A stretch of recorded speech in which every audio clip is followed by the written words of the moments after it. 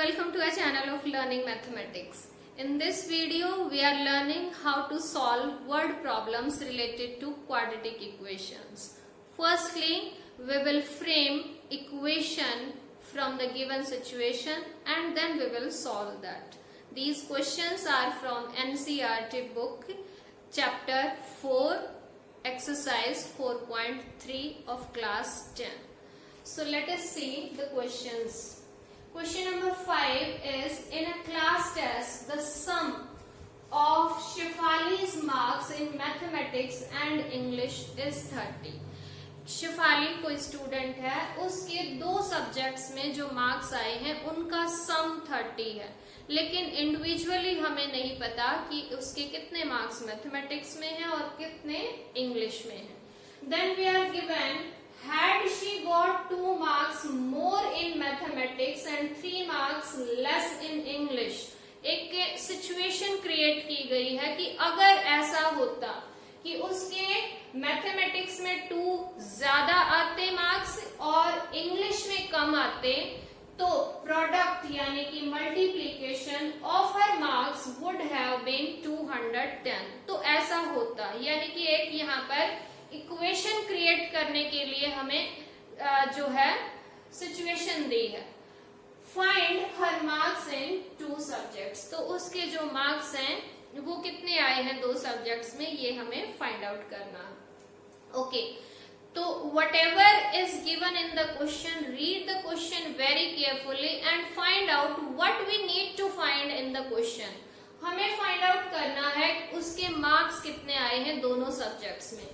तो हम एक सब्जेक्ट में उसके मार्क्स को x सपोज कर सकते हैं और दूसरे सब्जेक्ट के मार्क्स हमारे पास इस सिचुएशन से हम फाइंड आउट कर सकते हैं इन द सेम वेरिएबल, क्योंकि हम एक यहाँ पर क्वाड्रेटिक इक्वेशन फ्रेम कर रहे हैं तो हमें एक वेरिएबल में जो है सपोज करना चाहिए.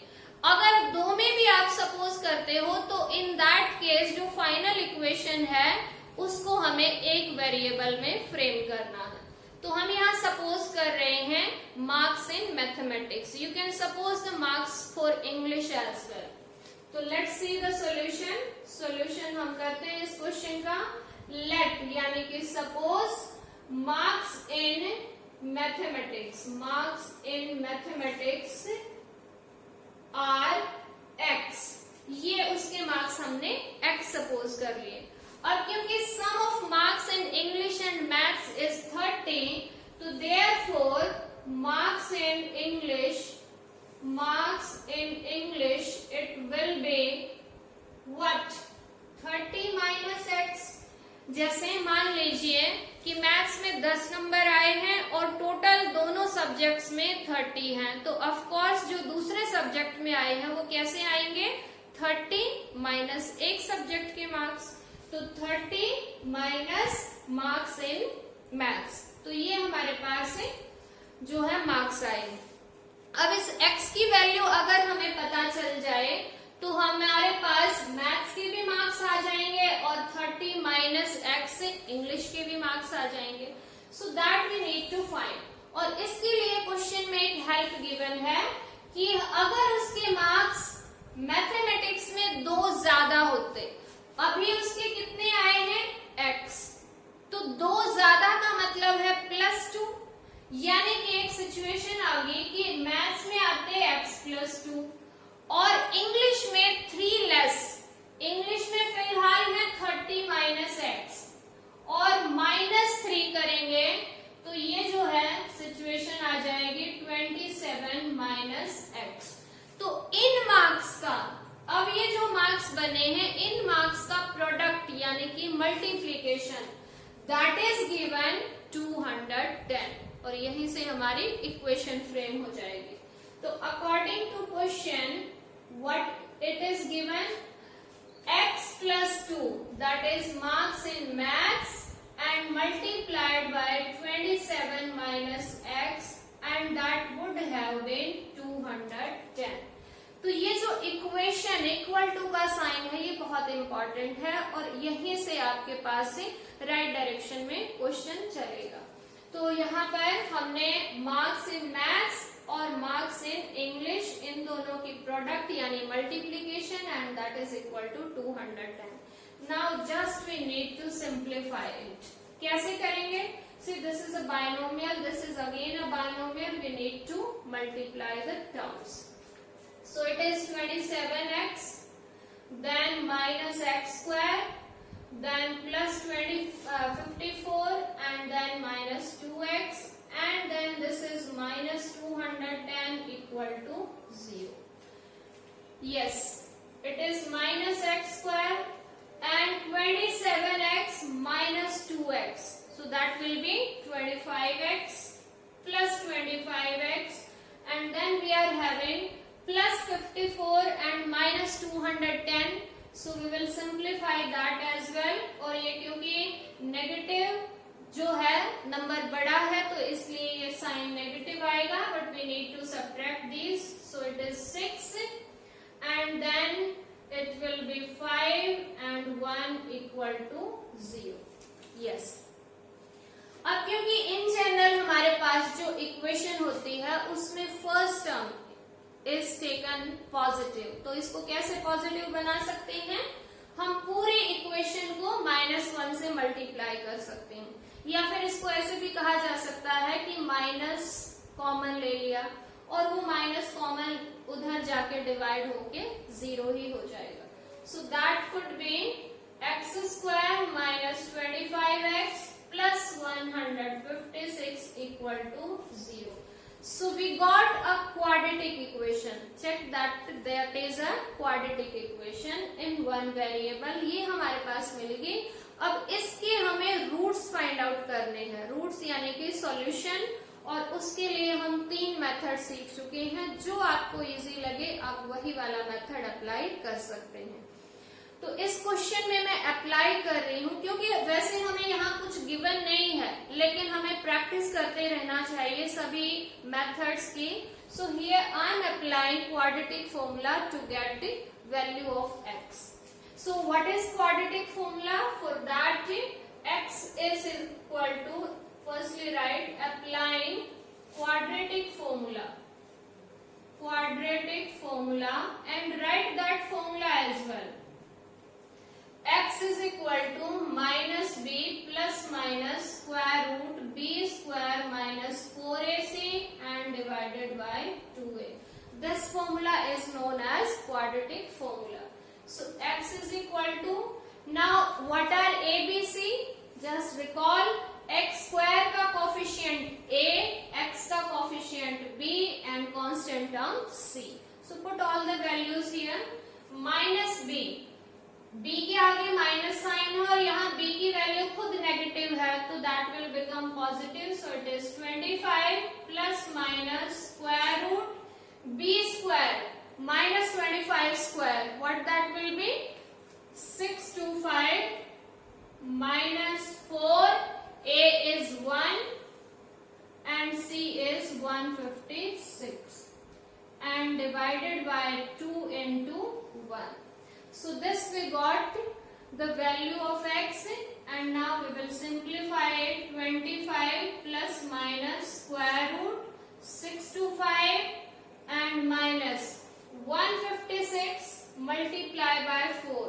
4 6 are 24, 4 5 are 20 and 2 22 and 4 1s are 4 and 2 6 divided by 2. तो यहाँ तक हमें इसकी वैल्यू मिल गई है. And now see the square root 625 minus 624, you will get 1. So that I am writing here. X is equal to 25 plus minus square root 1 divided by 2. Now what is the square root of 1? That is 1 only. So x is equal to 25 plus minus 1 divided by 2. अब आपको जो है यहाँ पर one time you will take positive sign and one time you will take negative sign.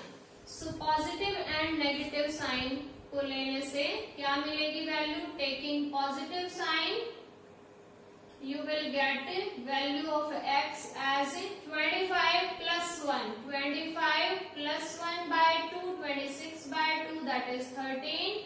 And taking negative sign, you will get value of x as 25 minus 1 by 2, that is 12. तो अब ये x की जो दो values आई हैं ये क्या है? क्या सपोज किया था आपने? आपने सपोज किया था मार्क्स इन मैथ्स, लेकिन आपको तो दोनों सब्जेक्ट के चाहिए। तो बहुत बार ऐसा आपके साथ हो सकता है कि एक वैल्यू यहाँ से पॉजिटिव आए, एक वैल्यू नेगेटिव आए। तो इन दैट केस आपको जो नेगेटिव वैल्यू है उसको रिजेक्ट कर देना है, अगर क्वेश्चन में ऐसा है तो। लेकिन यहाँ पर दोनों वैल्यूज परमिसेबल हैं। कैसे कि x की वैल्यू यहाँ 13 है और यहाँ 12 है। ऐसा भी हो सकता है एक आध सिचुएशन में कि यहाँ पर x की वैल्यू मोर देन 30 आ जाए। तो मोर देन 30 भी पॉसिबल नहीं होगी, क्योंकि दो सब्जेक्ट के मार्क्स का टोटल 30 है। तो एक सब्जेक्ट में 30 से ज्यादा मार्क्स नहीं होंगे अगर नेगेटिव मार्किंग नहीं है तो यहाँ पर दो सिचुएशन, दो आंसर होंगे इस क्वेश्चन के। अगर मैथ्स में 13 मार्क्स हैं तो फिर इंग्लिश में होंगे 30 माइनस 13 यानी कि 17। और अगर मैथ्स में 12 मार्क्स हैं तो इंग्लिश में होंगे 30 minus 12, that is 18। So that we are going to write, that I am writing here. So if marks in math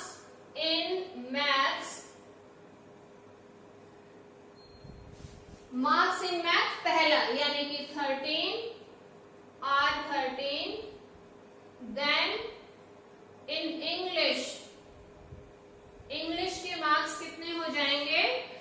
30 minus value of x, and value of x is 13, तो यहाँ पर हो जाएंगे 17। And if marks in maths are 12, then marks in English will be 18। तो ये दोनों answer permissible हैं। आप चेक भी कर सकते हैं कि जो सिचुएशन गिवन है उसमें ये दोनों वैल्यूज बिल्कुल उसको वेरीफाई करते हैं। सपोज मैथ्स में मार्क्स 2 ज्यादा होते तो यहाँ 15 हो जाता, और इंग्लिश में 3 लेस होते तो यहाँ पर हो जाता 14, और इन दोनों की मल्टीप्लाई आएगी 210, जो कि हमारे सिचुएशन को प्रूव करते हैं। दूसरी सिचुएशन भी हम देख लेते हैं। इस केस में अगर मैथ्स में 2 ज्यादा आते तो ये हो जाते 14, और इंग्लिश में 3 लेस होते तो ये हो जाते 15, एंड अगेन इन दोनों की प्रोडक्ट क्या होती? 210।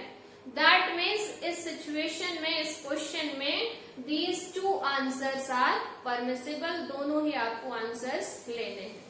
So I hope this question is clear.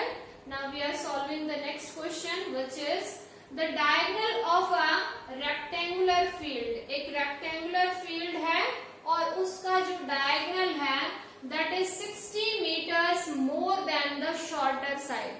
See, in a rectangle you are having length and breadth। तो इस क्वेश्चन में जो breadth है उसको breadth ना बोल के उसको shorter side कहा है। That's it, nothing else is there। तो shorter side से जो diagonal है that is 60 meters more, वो उससे 60 meters ज्यादा है। If the longer side is 30 meters more than the shorter side। एक और सिचुएशन गिवन है कि जो longer side है वो shorter side यानी कि breadth से जो length है वो 30 meters ज्यादा है। Then find sides of the field। हमें उस field की sides find out करनी है। That is the question। Sides का मतलब length and breadth हमें find out करनी है। तो एक क्वेश्चन को और अच्छे से समझने के लिए हम एक रफ फिगर ड्रॉ कर लेते हैं, and this is the figure. और यहाँ पर हमारे पास डायगोनल भी ले लेते हैं। डायगोनल के बारे में गिवन है, डायगोनल के बारे में गिवन है, लॉन्गर साइड के बारे में गिवन है, शॉर्टर साइड के बारे में कोई मैसेज नहीं है। तो इन जनरल जिसके बारे में कोई जिक्र नहीं होता हम उसी को कोई वेरिएबल सपोज करते हैं। और जबकि हमें फाइंड आउट करनी है दोनों साइड्स फील्ड के। तो लेट हम करते हैं, let shorter side of field, shorter side of field, field कैसा है रेक्टेंगुलर, तो you can write rectangular field is यानी equal to it is x metres, x metres हमने ये सपोज कर ली, यानी कि ये हमारे पास x है। अब डायगोनल के बारे में इंफॉर्मेशन है कि जो डायगोनल है वो शॉर्टर साइड से 60 मीटर्स ज्यादा है, ज्यादा मतलब उसमें ऐड करने से हम गेट कर सकते हैं। सो this is x plus 60 and similarly you are given that the longer side is 30 meters more than the shorter side, जितनी शॉर्टर साइड है लॉन्गर साइड उससे 30 मीटर्स ज्यादा है, तो 30 मीटर्स ज्यादा मतलब ये हो जाएगी x प्लस 30। तो ये सिचुएशन तो आ गई है। अब इस क्वेश्चन में कोई इक्वालिटी के लिए कोई मैसेज नहीं है, तो कैसे हम सोचें कि क्या करें ताकि एक इक्वेशन बन जाए। तो इस क्वेश्चन में क्या करें, see this is a rectangle, और क्या रेक्टेंगल के हर एक एंगल की वैल्यू 90 डिग्री नहीं होती? Yes it is. तो ये एंगल भी क्या होगा 90 डिग्री का। और इस सिचुएशन में क्या ये जो ट्राइंगल है, ये ऑफ कोर्स एक ट्राइंगल है, क्या ये ट्राइंगल एक राइट एंगल ट्राइंगल नहीं है? यस इट इज, क्योंकि इसमें वन एंगल इज 90 डिग्री। तो अगर ये राइट एंगल ट्राइंगल है तो इक्वालिटी का साइन आ सकता है। कैसे? Using Pythagoras theorem. Pythagoras theorem को ध्यान कीजिए, और पाइथागोरस थ्योरम का क्या रिजल्ट है कि किसी भी राइट एंगल ट्राइंगल में जो हाइपोटेन्यूज स्क्वायर है that is equal to sum of squares of rest of two sides, यानी कि बाकी दो साइड्स के स्क्वायर्स के सम के इक्वल होता है। यही इक्वल हमें चाहिए और वो इक्वल मिल गया है। So in this case we will make equation like that. हम पाइथागोरस थ्योरम का यहाँ पर यूज करेंगे। तो शॉर्टर साइड हमने मान ली थी x मीटर, तो therefore diagonal of rectangular field will be x plus 60 meters and length of longer side will be x plus 30 meters। ठीक है, तो ये हमारे पास साइड्स की लेंथ इन वेरिएबल x आ चुकी हैं। अब हम यहाँ पर क्या यूज करेंगे? Pythagoras theorem. So since each angle of a rectangle is right angle या फिर 90 डिग्री, तो therefore applying पाइथागोरस थ्योरम, ये हम चाहे तो लिख भी सकते हैं, अदरवाइज एज इट इज भी हम लिख सकते हैं। Applying Pythagoras theorem we get, और अगर इस केस में आप ये फिगर ड्रॉ करते हो तो इससे आपके क्वेश्चन के लिए क्लैरिटी और ज्यादा इंक्रीज हो जाएगी। तो इस केस में आपको ये ड्रॉ कर लेना चाहिए। पाइथागोरस थ्योरम अप्लाई करते हैं तो this will be the hypotenuse, the side opposite to 90 degree is always taken as hypotenuse. So hypotenuse हमारे पास है x प्लस 60, हाइपोटेन्यूज का स्क्वायर इज टेकन एज किसके इक्वल होता है? बाकी दो साइड के स्क्वायर के सम के इक्वल। बाकी दो साइड है, एक तो x है यानी x का स्क्वायर किया, और जो दूसरी साइड है वो है x प्लस 30 उसका स्क्वायर किया, और इन दोनों को ऐड कर दिया। तो यहां से हमारे पास इक्वेशन क्रिएट हो गई है। अब इसको सिंप्लीफाई कर लेते हैं। See in LHS it is a plus b whole square। जब भी बाइनोमियल का स्क्वायर आए तो use identity. So it will be x square plus 3600, 60 का square will be 3600 plus 120x is equal to x square plus, यहाँ पर भी ये बाइनोमियल है तो इसके लिए भी हमें आइडेंटिटी यूज करनी होगी। It will be x square plus 900 plus 60x। So ये हमारे पास सिंप्लीफाइड हम कर चुके हैं। Now take the terms which are there in right hand side to the left hand side, या फिर लेफ्ट वाली राइट में एज यू विश। तो यहाँ से हमारे पास क्या ये एक एक्स स्क्वायर से एक एक्स स्क्वायर तो कैंसिल हो जाएगा, and then we are taking these to the right hand side so that we do not have first term as negative term. So x square plus 900 plus 60x and then minus 3600, then this also minus 120x and equal to क्या होगा 0. Now आपको क्या करना है, जो like terms हमको इकट्ठा करेंगे, तो x square like term 60x and minus 120x, what you will get minus 60x, then you are having plus 900 minus 3600, so you will get minus 2700 equal to 0. So this is the equation जो आपको frame करनी थी। तो equation frame हो गई है and अब हमें इसको सॉल्व करना है बाय एनी मेथड जो आपको इजी लगे, क्योंकि क्वेश्चन में गिवन नहीं है कि कौन सा मेथड अप्लाई करना है, तो it's your wish, whichever method you find easy that you can apply. मैं यहाँ पर अप्लाई कर रही हूँ फैक्टराइजेशन, क्योंकि इसके फैक्टर बहुत ही इजीली आप कर सकते हो। 2700 के फैक्टर करने हैं, जिसको ऐड करें तो माइनस 60 आए। चलो 100 को अगर हम छोड़ भी दें तो क्या आएगा, 27 के factors 9 3 27 and minus 9 plus 3 you will get 6। तो फैक्टर हो गए हैं easily. So minus 90x, middle term को स्प्लिट कर दिया, minus 90 plus 30x minus 2700 equal to 0. So these are the factors. अब हमें क्या करना होता है, कॉमन।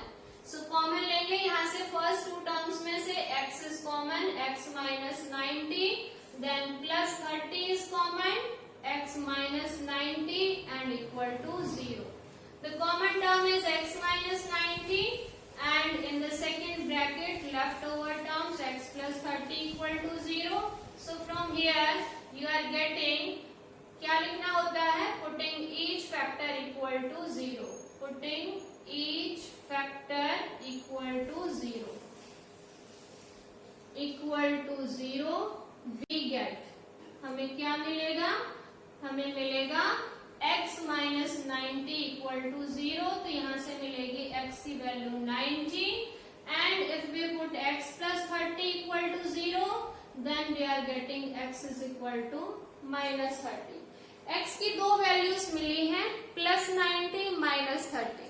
और सोचिए कि हमने x जो है वो किसी रेक्टेंगुलर फील्ड की शॉर्टर साइड मानी हुई है, क्या वो नेगेटिव पॉसिबल है? Distance length is never negative.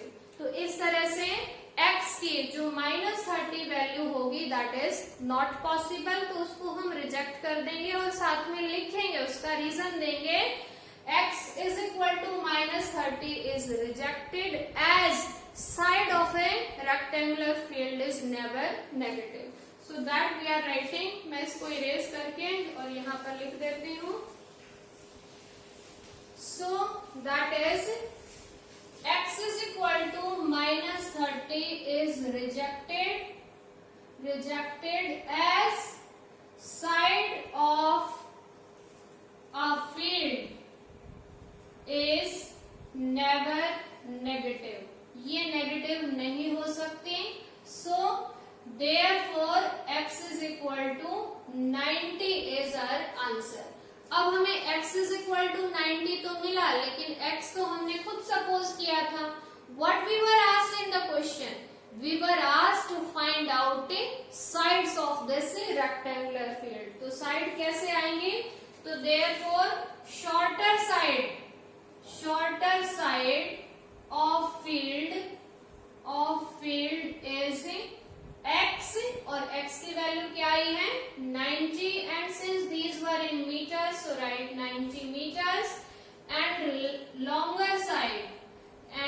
longer side of field that will be, क्या है देखिए यहाँ पर longer side is x plus 30, x की वैल्यू 90 आ चुकी है, so 90 plus 30 and that is equal to 120 meter. Here your question completes. I hope you understood. हमने एक रेक्टेंगुलर फील्ड का क्वेश्चन मिला था और जिसमें शॉर्टर साइड के बारे में कोई इंफॉर्मेशन नहीं थी, डायगोनल और लॉन्गर साइड के बारे में इंफॉर्मेशन थी, वो इंफॉर्मेशन हमने पुट की. इस क्वेश्चन में जो डिफिकल्टी थी वो क्या थी कि इक्वेशन कैसे फ्रेम करें, और इसके लिए हमने हेल्प ली पाइथागोरस थ्योरम की. क्यों? क्योंकि यहाँ पर 90 डिग्री का एंगल बन रहा है, तो 90 डिग्री के एंगल के कारण ये जो ट्राइंगल है, this will be a right angle triangle, and in right angle triangle we can apply Pythagoras theorem. Hypotenuse square is equal to the sum of squares of other two sides, and this is how we got this equation. And after that we factorize that to get the values of x. दो values आई है -30 and 90. -30 is not possible as it is the side of this rectangular field. So I hope you understood this question. Do it yourself. Check whether you actually got this question or not. And we will be uploading more videos for the same exercise as well as for the other chapters as well. Till then, you need to stay connected and keep watching, keep learning. Bye bye.